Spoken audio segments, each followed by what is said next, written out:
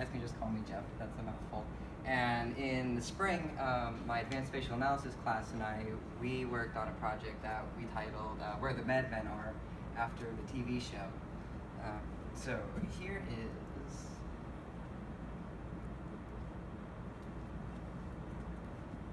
Alright, here's our class. And this is all the people that worked on this project with us, and that's the senior planner for the city of Dayton, Tony Kroger, and he sent us an idea. We're always working with him. So this semester, he said, all right, so we've taken all of these buildings that were built at the turn of the century, and we figured out what we're doing with them. They're either being torn down, they're going to continue to be occupied, or we have, they're on the register or something. And he said that the future of historic preservation is the mid-century modern era. So that's anything after World War II up until 1960.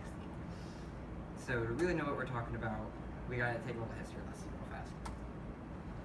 Right, so it's the end of World War II, and we have a whole bunch of technologies that we've either developed or that we built upon. So for the first time, we could very cheaply manufacture things like plywood and concrete, aluminum, and plate glass windows. And that allowed us to build these really cool, really big buildings, and they're everywhere. This is downtown, in downtown Dayton, and we have a big problem with, there's just nobody there. So this beautiful building is just empty. Nobody knows what they're gonna do with it. But you can really see like all the pillars and the big plate windows. I saw this coming into town the other day. That's also mid-century modern. It was just on the side of the road right here. And this is a building, that's the JFK Center in Washington, D.C. And that was designed by Edward Stone, the same gentleman who was the architect for my school, Sinclair Community College.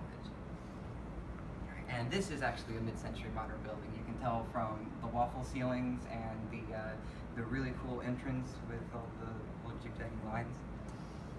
Alright, so a little bit about Dayton. This is where we are, southwestern Ohio. We're called the Gem City. We had a whole bunch of inventions come out of there, like the car starter and ice cube trays and the soda can thing. But like many of the places in this region, the Rust Belt, we've experienced a huge loss of people and manufacturing just because of politics and how the world changes all the time.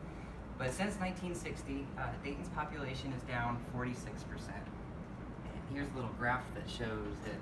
So over here, we sustain this population mostly because of Wright-Patterson Air Force Base. So it's a huge research complex, and they need a lot of people to support them, you know, on the citizen side as well as the military side.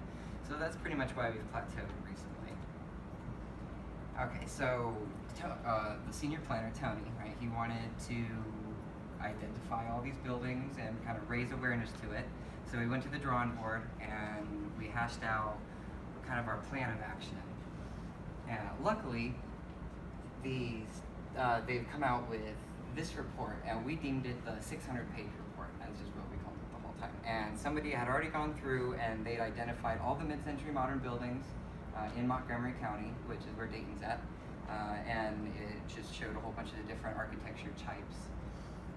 So we went through there and we cleaned it all up, and it was already outdated, even though it was only a couple years old. And we'd already lost a whole bunch of these buildings, had been, you know, torn down. So we picked just downtown Dayton because that's where school is. It was easy enough to do. And we came up with this map here. There were 17 mid-century modern buildings that were still standing. And these are all in the downtown area, like I said.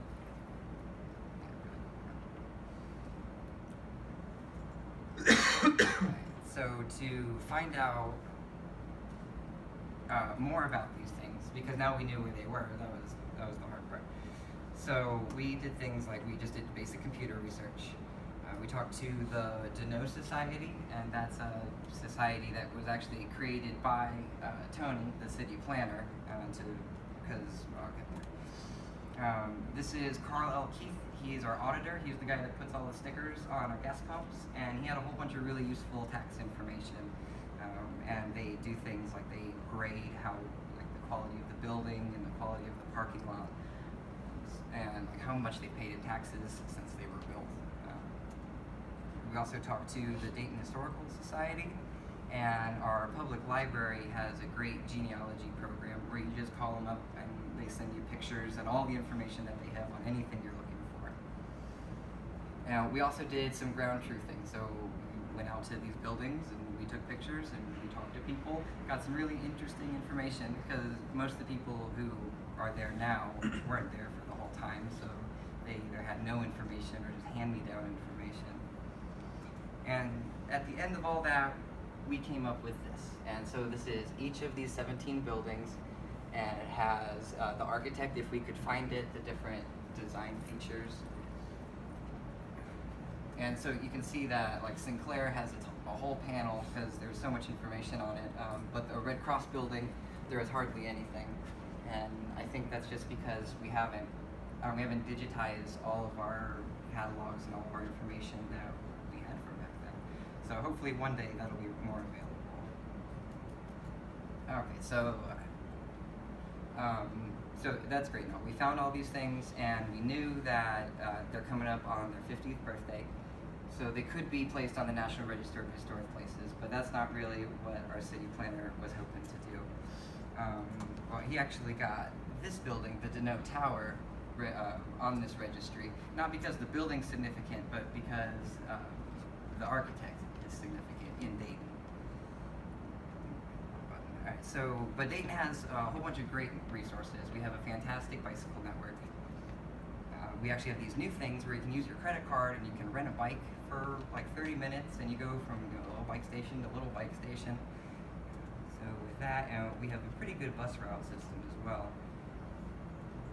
So we wanted to link the past to the present. I'm really excited about this picture. I got to go on the roof of Sinclair to take this, and it's amazing that they just let me. But we determined to do that was with lead tax incentives. So these tax incentives, they're mostly aimed towards new buildings or the complete overhauls of existing buildings. But we wanted to, because we're geographers, we're mapping stuff, so we wanted to quantify these buildings' worth somehow. And with some of these lead criteria that we used, we were almost able to quantify in dollars these buildings' values to the community. So we looked at 6 individual little sections of this lead tax credits. And one of them is being outside of the 100-year flood zone. And this is a picture from 1913 in Dayton when we had our last 100-year flood. So there was a whole bunch of extensive information, because while everybody was stuck in the attic because there was water up to the 2nd floor, they made a whole bunch of promises that they were going to change Dayton, this wouldn't happen again. And they've really come through on their promise. We haven't had anything near that since then, and all of the data was super readily available. And so we also looked at community connectivity services, and that's just anywhere you would go to do something, be it like church or a fire station or pharmacies, restaurants. And they wanted to know about the quality transit, so just our bus routes. We don't have a subway system or a tram or anything. And we also looked at how accessible they were to our highway system, and when we did these maps, everything it didn't really apply, because they were doing construction, a whole bunch of construction for years and years, and they finally wrapped up with it, and they reopened up all the exit ramps, and I'm really stoked. It's cut my commute in half. And they wanted to know about our parks, and again, our bicycle network. So then looking at these a little bit closer. So this is our 1% flood map that we had, and you can see it's just these 4 buildings here that lay within the floodplain, and all of our other buildings downtown, they would apply for those incentive points. And this map is a map of our parks, and you had to be a half mile away from a 1-acre park. And so we're lucky enough in Dayton to have big enough parks that all of our buildings easily qualify for that. And that's kind of why this map's a little hard to discern, just because there's so much overlap. here is our highway exit ramps, and they wanted to be within 1 mile of a ramp. And so you guys might have come up on it, but this here is 75. And this is really the only exit that applies to any of our buildings. And I think that's something that the highway people, they wanted to get away from having a whole bunch of exits in downtown to try to free up some of that space. So I don't think that's their fault. And here is our bus stop map. And there's a whole bunch of stops in Dayton. In downtown, we have our bus hub is down here. It's actually right here. And bus stops everywhere. So all of these very easily qualified for those incentive points. Okay, and this is Jennifer's map actually, and she mapped so all of the bike paths in Dayton, they all connect. You could get to them. You could get to anywhere from the bike paths, just like you could on the bus or on the streets. And so they all meet at a place called Riverscape downtown, and here's the hub for all of those. And all of our mid-century modern buildings in downtown are at least a mile or within a mile from that point. So really easy to get anywhere from downtown. And then this is my map here. I was looking at all the services I was talking about. So they want a diverse use of services. So if you're you have to be next to 15 different ones. So if you're next to 15 restaurants, that does you no good. And it was really nice because we have all of these really cool buildings, and all the bottom floors are full of shops. So we have almost all of the possible services that we could use are in downtown, and there's so many of them that they all qualify. But we're going to look at one in particular. This is the IBM building, and this is just a multiple ring buffer, and I just filled in this outer layer so you couldn't see through it. But yeah, plenty of different services that apply. So we tied it all together with this beautiful chart. So down the side we have all of these historic buildings, and then across we have all of these tax incentive points that they all qualified for. And you can see some of them qualified for all of them. Yeah, so we took all this stuff and we printed it all out. Giant paper, and we had a community event, and Tony came in, and he was really impressed with the whole thing. And he's taken this, and I guess he's used it somewhere. I haven't been privy to all that, but we're going to be having an exhibit here soon, and I'm really excited to put all these things up again. All right. And you thought I would go all the way through this without having you read something. So not to rob you of your PowerPoint experience, I'm going to read this word for word. So the two things we wanted to do, the first one was raise awareness of these buildings and their value, both historically and presently. And we also wanted to work towards increasing the occupancy rates in these mid-century modern buildings. Because like I said, some of them are empty.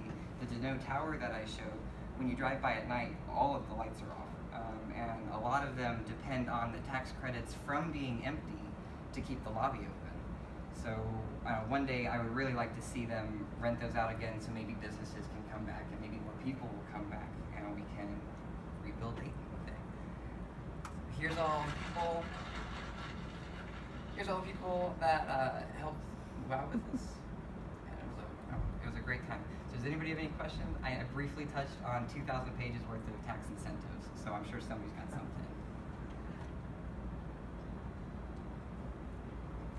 Yes. Well, I'll start it off. Would there be a retrenchment plan, if you will, where you sort of do triage and say, well, these are the ones that the city should promote tax incentives in, and these are the ones that we'd like to promote, but not really? Yeah, sure. This was just the first step in a much larger operation, and so they can take what we've done and they can, expand on it to more things that they want to look at the city, I mean. Oh yeah, definitely, because we need to do something with them. They just can't sit empty. So they're just going to get disheveled with them. So yeah, we can really start to take this information and anything else that they want to use and start determining, okay, well, this needs torn down, or we need to change this into like an apartment building, or we just got to do something. And do you think the size of Dayton. I mean, it's a big town for its current population.